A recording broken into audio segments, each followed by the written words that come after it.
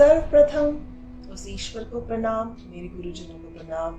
नमस्कार मेरे सभी दर्शक, मेरे मित्रगण, सबका मेरे चैनल में हार्दिक स्वागत, अभिनंदन। जिस तरह से हम बढ़ रहे हैं नक्षत्रों की ओर, जैसे जैसे सीरीज में एक से एक नया नक्षत्र 1, 2, 3, 4, 5, 6 करके हम बढ़ते चले जा रहे हैं, मुझे ऐसा खुद में लग रहा है आपके व्यूज देखकर कि आप लोगों को अब नक्षत्र थोड़े से समझ आने लग गए हैं। और जब हम इस श्रृंखला को आगे तक लेके जाएंगे तो यकीन मानिए नक्षत्रों से प्रेडिक्शन देना आपके लिए बहुत सहज हो जाएगा। तो चलिए आज बात करते हैं हम नक्षत्रों के राजा पुष्य नक्षत्र की। जी हाँ, पुष्य नक्षत्र जिसका स्वामी शनि है, वो नक्षत्रों का राजा कहा गया है। जो देवगुरु बृहस्पति हैं, इसके देवता हैं। जैसे मैंने पहले भी कहा था कि देवता का जो इम्पोर्टेंस है वो नक्षत्र स्वामी से कहीं ज्यादा होती है। उसका रोल, उसका इम्पैक्ट व्यक्ति के व्यक्तित्व पर ज्यादा पड़ता है।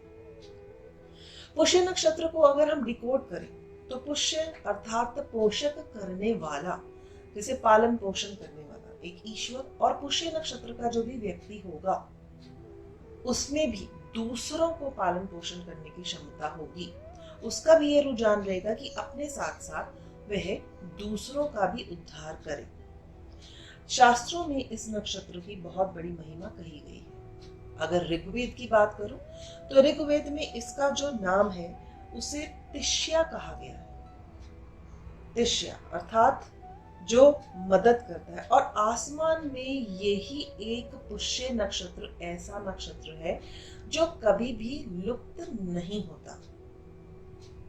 पुष्य नक्षत्र की जब हम पहली कुछ डिटेल्स करेंगे, जैसे कि पहले भी करते हैं कि इसकी कितनी तारा संख्या है, इसका राशि स्वामी कैसा है, अगर हम इसको बहुत अच्छे से अपने दिमाग में बिठा लेते हैं और इसे हम कंठस्थ कर लेते हैं तो व्यक्ति के व्यक्तित्व को पहचानना, व्यक्ति क्या बिजनेस करेगा, क्या कार्य उसे करने चाहिए, कौन से कार्य उसे नहीं करने चाहिए, किस तरह से उसे अपने मार्ग पर अपना पथ प्रदर्शन स्वयं करना चाहिए, एक अच्छा एस्ट्रोलॉजर एक नक्षत्र के माध्यम से बहुत अच्छी तरीके से अपने सामने आने वाले व्यक्ति को गाइड कर सकता है। अगर देखा जाए तो पुष्य नक्षत्र किसमें आता है? ये आता है हमारी कर्क राशि में, यानी 4 नंबर की राशि में, और ये पूरा का पूरा ही 4 नंबर राशि में 3 डिग्री 20 सेकंड से लेकर 16 डिग्री 40 मिनट तक ये पुष्य नक्षत्र होता है। और जो इसके 4 चरण है, 4 चरण की बात कहें तो प्रथम चरण इसका सूर्य है, दूसरा बुध, तीसरा चरण का जो स्वामी है वो शुक्र है, और चौथे चरण का स्वामी मंगल। तो जब हम इसकी डिस्क्रिमिनेशन करते हैं नक्षत्रों में कि कौन से चरण में व्यक्ति पैदा हुआ या उसका जो ग्रह है इस नक्षत्र में कौन से चरण में है, तब हम उस व्यक्ति को बहुत आसानी से डिकोड कर सकते हैं। अब इसकी तारा संख्या कहूं तो इसकी तारा संख्या 3 है, और इसकी जो योनि है वो मेष है, और जो इसकी वैर योनि है वो है वानर। पुष्य नक्षत्र की जो दिशा है, जो डायरेक्शन है वो है पूर्व डायरेक्शन, और इसके जो देवता हैं, जैसे मैंने पहले भी कहा, वो है देवगुरु बृहस्पति। स्वामी इसके शनि है, और इसकी राशि की जो मालिक है वो है चंद्रमा। सबसे आसान तरीका एक नक्षत्र को याद करने का, अपने दिमाग में उसे रखने का, वो है हमारा उसके सिंबल्स। अब पुष्य नक्षत्र को 3 सिंबल्स डिकोड करते हैं। सबसे पहले हम उसे गाय के थन के साथ देखते हैं, जो गाय का थन है पुष्य नक्षत्र का एक सिंबल है। दूसरा फ्लावर के साथ, और तीसरा पहिया। अगर देखा जाए तो ये तीनों के तीनों जो सिंबल्स हैं ये क्या डिकोड करते हैं? गाय का थन अपने बछड़े के अलावा, दूध उसे पिलाने के अलावा, वे पूरे विश्व को, जो गाय माता है वो पोषण करती है। जो फूल है वो खिलते हैं लेकिन खुशियां वो दूसरों में भी खेलते हैं। इसी तरह जो पहिया है, जो सर्कल है, वो रोटेट करता है, रिवॉल्व करता है, एक व्यक्ति को उसकी डेस्टिनेशन में पहुंचाने के लिए एक स्थान से दूसरे स्थान पर। तो देखा जाए कि जो इसके तीनों ही सिंबल्स हैं वो वन वे और द अदर वो पोषण ही कर रहे हैं, हेल्प ही कर रहे हैं व्यक्ति की। तो एक व्यक्तित्व सामने आता है हमारे कि पुष्य नक्षत्र का अगर व्यक्ति है तो वो हेल्पफुल होगा। अब चंद्रमा की राशि में है तो वो इमोशनल होगा। मैं इस तरह से आपको करा रही हूँ कि जैसे जैसे आप इसे सुनेंगे और अगर आपके पास हॉरोस्कोप्स होंगी और साथ में आप उसे रखेंगे, बार बार इसे सुनेंगे, तो आपको बहुत आसानी से प्रैक्टिस हो जाएगी और आप नक्षत्रों की जानकारी के द्वारा बहुत आसानी से सामने वाले की प्रेडिक्शन कर पाएंगे। ये नक्षत्र ऐसा नक्षत्र है जिसमें हम ज्यादातर सभी ही कार्य कर सकते हैं। जिस तरह अगर किसी को न्यू फैक्ट्री खोलनी है या उसे कोई नया बिजनेस स्टार्ट करना है, अपार्ट फ्रॉम मैरिज, सिर्फ इसमें जो विवाह है या किसी भी विध्वंसक कार्य को करना या कोर्ट केस करना, सिर्फ यही वर्जित है। इतना अच्छा नक्षत्र होने के बावजूद भी इस नक्षत्र में ऐसा क्या है, पुष्य नक्षत्र में, कि इसको विवाह के लिए वर्जित किया गया। आप सबने ये सुना होगा कि जो बृहस्पति हैं, जो हमारे देव गुरु हैं, उनकी जो स्थिति तारा, उनका चंद्रमा के साथ एक पुत्र उत्पन्न हुआ बुध। वो इसलिए क्योंकि बृहस्पति देव गुरु अब बीइंग अ सेनापति या धर्म अनुष्ठान में लगे हुए एक बहुत बड़े पुरोहित, वो बहुत ज्यादा बिजी रहते थे, जिसके कारण वो अपने घर, अपनी पत्नी को समय नहीं दे पाते थे। इस कारण से उसकी पत्नी का पुत्र किसी और यानी कि चंद्रमा के द्वारा उत्पन्न हुआ। सो इसीलिए हम इस नक्षत्र को कहते हैं कि दिस नक्षत्र is not good for marriage. सिर्फ अगर हम विवाह इस नक्षत्र में ना करें तो अच्छा है। अब इसकी प्रवृत्ति देखें तो ये पित्त प्रवृत्ति यानी कि गर्म प्रवृत्ति का नक्षत्र है। और पुरुषार्थ क्या है? धर्म। क्यों? Again it is correlate with that of a Brihaspati, धर्म गुरु है। तो ये वाले व्यक्ति कैसे होंगे? धार्मिक प्रवृत्ति के व्यक्ति होंगे। वर्ण इसका क्षत्रिय है यानी कि लड़ने को तैयार। इसकी डिटेल्स आगे बताऊंगी, राइट। और अगर गण देखा जाए, जैसे हम कूट मिलान में गण मिलान करते हैं, तो ये देव गण का नक्षत्र है पुष्य नक्षत्र। आप देखिए बृहस्पति देव गुरु है, सभी देवताओं के गुरु हैं। सो इससे लर्न हो गया कि जो ये देवगण का नक्षत्र है। अब जो इसके 4 चरण हैं, तो यानी कि 4 नाम अक्षर हुए।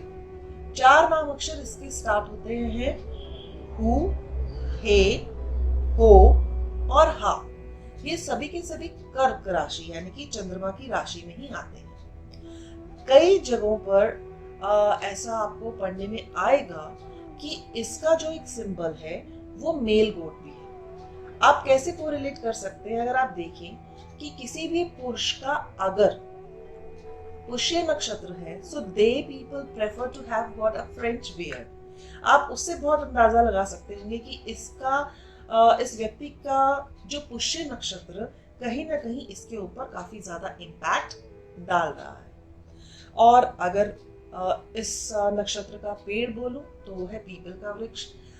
इन नक्षत्रों में पैदा हुए जातक को अगर किसी भी प्रकार की दुविधा का सामना करना पड़ता है, अभी उपाय और भी बताऊंगी, तो इनका जो वृक्ष है, हमें उस वृक्ष की पूजा अवश्य करनी चाहिए जो है पीपल का वृक्ष। इन सब के उपरांत जो गोत्र है, गोत्र बहुत इंपॉर्टेंट रोल प्ले करता है। पुष्य नक्षत्र का जो गोत्र है वो है मारीची ऋषि। अब मारीची ऋषि कौन थे? वो भी ब्रह्मा की मानस पुत्रों में से एक थे, जो कि ब्रह्मा की जो नेत्र हैं उसमें से उत्पन्न हुए थे। जो मारीची ऋषि हैं, गोत्र के रूप में आपको आप उन्हें याद करें या उनका किसी तरह से मनन करें, जो भी लोग जिनका पुष्य नक्षत्र है, तो काफी सारी जो प्रॉब्लम्स आएंगी उनके समाधान जब आप उन्हें याद करेंगे, मन में उनको धारण करेंगे, तो आपको उनके समाधान मिलने शुरू हो जाएंगे। ऐसा उपाय में मैंने कराया और ऐसा पाया है। अब जैसे चंद्रमा की राशि में ये सारा ग्रह, ये सारा नक्षत्र आता है, तो चंद्रमा इमोशनल है। यही इस नक्षत्र के लोगों का ड्रॉबैक है। इमोशनल होना मैंने नहीं कहती कि बुरी बात है, लेकिन लोग इन्हें, आप कह सकते हो, इमोशनली फूल बनाकर बहुत सारा कार्य करा देते हैं। किसी ने भी इन्हें थोड़ा सा पैम्पर किया या इनकी बढ़ाई कर दी तो ये उनका हेल्प करने के लिए तैयार हो जाते हैं। ठीक है, मैंने बताया कि सिंबल्स में पहिया है, वो दूसरों को एक डेस्टिनेशन से दूसरी डेस्टिनेशन तक पहुंचाता है बिना थके बिना रुके। ये इसका कारकत्व है इस नक्षत्र का, कि ये नक्षत्र बहुत एक्टिव होते हैं। लेकिन देखा गया है कि अगर स्त्रियों का ये नक्षत्र है तो स्त्रियां क्या होंगी कि दूसरों को खुश करने के लिए अपने ससुराल में सास ससुर को, अपने सभी संबंधियों को, अपने बच्चों को, अपने हस्बैंड को, सबको नरिश करने में, खुश करने में अपना सारा टाइम लगा देती हैं। उस सारा समय लगाने के बावजूद जब उनके लिए अपने पास समय नहीं बचता तो उनको बहुत सारे ग्रजेस होते हैं। क्यों? क्योंकि किसी ने भी उनके कार्य की कभी भी तारीफ नहीं की, लोग उन्हें फॉर ग्रांटेड ले लेते हैं। चेक करिए वो लेडीज जिनका पुष्य नक्षत्र है, तो इस कारण जब वो ओवरलोडेड हो जाती हैं, थक जाती हैं, तो उन्हें ऐसा लगता है कि उनकी अपनी इच्छाएं कहीं ना कहीं दब रही हैं। इस पॉइंट को हम छोटा पॉइंट नहीं कह सकते, अपनी इच्छाओं को दबाना और दूसरों को खुश रखना। ये कहिए कि पुष्य नक्षत्र वाले अपने आप को एक्सप्रेस नहीं कर पाते कि वो क्या चाहते हैं, सो लोग उनका फायदा उठाते हैं। इन नक्षत्र वाले लोगों को ये कोशिश करनी चाहिए, या तो इन्हें ना बोलना आना चाहिए या इन्हें अपने आप को एक्सप्रेस करना आना चाहिए कि अभी मैं बिजी हूँ, ये काम थोड़ी देर बाद करूंगा।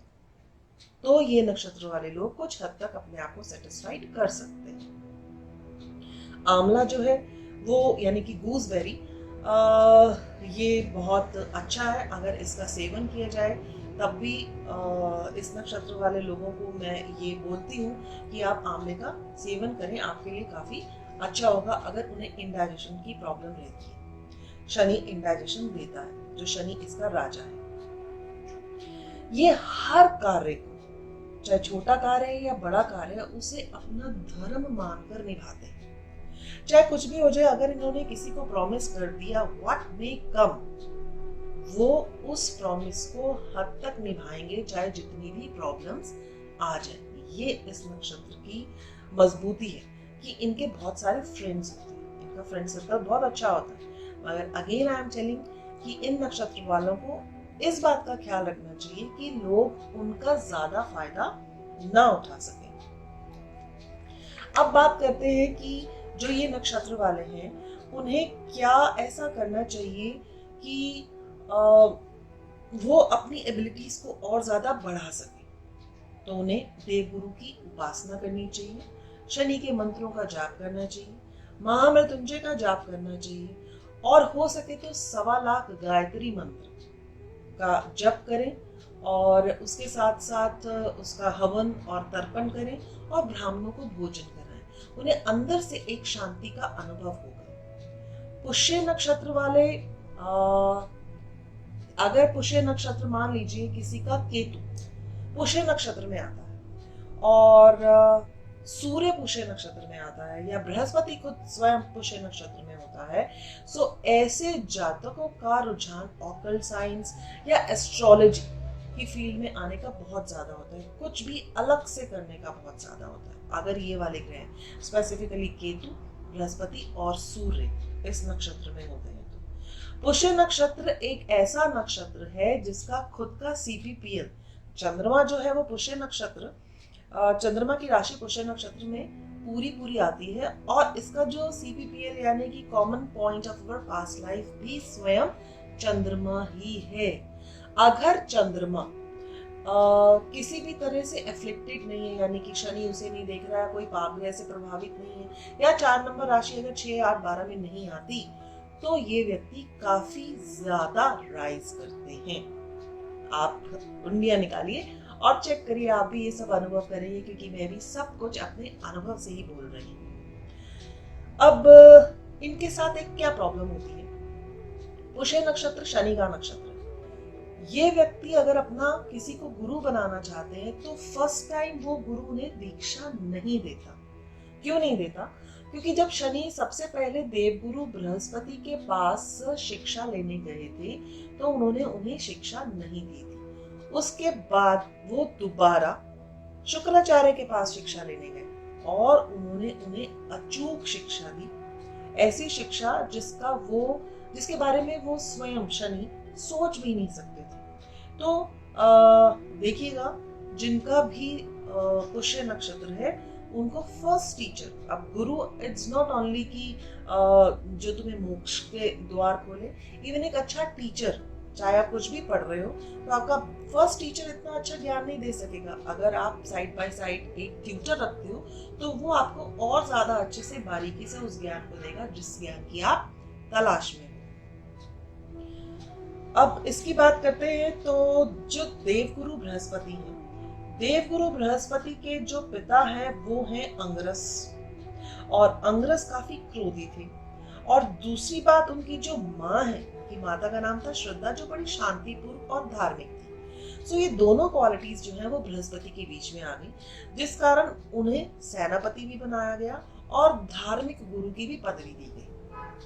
इस कारण वो काफी ज्यादा व्यस्त रहते थे। Again I am telling this is the basic cause कि ये जो नक्षत्र में शादी करना वर्जित कहा गया है। किसी भी विध्वंस कार्य को करना इस नक्षत्र में अच्छा नहीं माना जाता। अगर अब मैं इसको और थोड़ी सी आगे लेके चलूं कि मुझे किस तरह से इजीली मैं इसे प्रेडिक्शन दे सकती हूँ, तो आप मानिए आप एक 4 नंबर राशि देखिए, किसी की भी एक हॉरोस्कोप खोलिए और देखिए कि उसकी 4 नंबर राशि कहाँ आती है।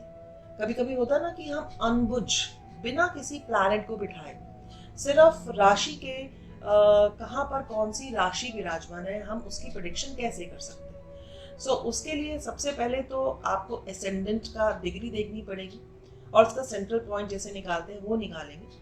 और मान लीजिए कि आपका जो एसेंडेंट है वो 3 डिग्री 20 मिनट से 16:40 के 20 का है, 16:40 के बीच का अगर आपका एसेंडेंट आता है तो देखिए कि 4 नंबर राशि आपकी कहाँ पड़ती है। मानिए आप काल पुरुष की कुंडली लीजिए, तो एक आपका एसेंडेंट हुआ और 4 नंबर राशि आपकी 4th हाउस में आई। अब 4th हाउस कौन सा हाउस है? माँ का। तो ऐसे जातक को हमेशा ये लगेगा कि उसकी जो अपनी माँ है उसका तो पोषण कर रही है, बट उसके साथ साथ वो जो उसके भाई हैं उनकी तरफ या उसकी जो बहन है उनकी तरफ वो ज्यादा रुझान देती है एज कंपैरेटिवली टू हिम, जिसका खुद का पुष्य नक्षत्र है। क्योंकि पुष्य नक्षत्र का मतलब होता है पोषण करना अपने के साथ साथ दूसरों का। चलिए एक और एग्जांपल लेते हैं। अगर मान लीजिए 2 नंबर का आपका एसेंडेंट है और आपका पुष्य नक्षत्र आपके 3rd हाउस में आता है, तो उस व्यक्ति को ऐसा लगेगा कि जो उसकी सिबलिंग्स हैं, जो उसकी भाई बहन हैं, जब भी कभी वार्तालाप होती है या कोई बातचीत होती है तो उसकी तरफ वो कम ध्यान देते हैं एज कंपैरेटिवली टू उसके फ्रेंड्स को ज्यादा तवज्जो देते हैं या बाकी भाई बहनों को ज्यादा ध्यान देते हैं। ये आपको बता रही हूँ कि किस तरह से आप सिर्फ इस नक्षत्र की डिग्री के माध्यम से कि वो कौन से हाउस में बैठा है आप किसी एक व्यक्ति की प्रेडिक्शन कर सकते हैं। इसी तरह से आप बाकी सभी हाउसेस में जाइए और देखिए यह व्यक्ति का व्यक्तित्व कभी कभी दोहरा रूप ले लेता है। क्यों ले लेता है? क्योंकि ये व्यक्ति अपने आप को कभी भी एक्सप्रेस नहीं कर पाता, वो अपने इमोशंस में बह जाता है। ये इसका एक और नेगेटिव पॉइंट है। और हम इसमें ये कह सकते हैं कि इस व्यक्ति के पास सब कुछ होते हुए भी कुछ नहीं। अगर इसका एक एग्जाम्पल लेते हैं तो याद करने के लिए, मान लीजिए भरत जी, उनके पास पूरा राज्य था लेकिन वो राजा नहीं थे। वो अपनी स्त्री के समीप होते हुए भी एक सन्यासी का रूप उन्होंने लिया हुआ था और वहां की सेना थी, मगर फिर भी वो राम जी की मदद करने के लिए नहीं गए। यानी कि सब कुछ होने के उपरांत भी पुष्य नक्षत्र वालों के पास हर एक चीज का अभाव होता है, उन्हें ऐसा महसूस होता है।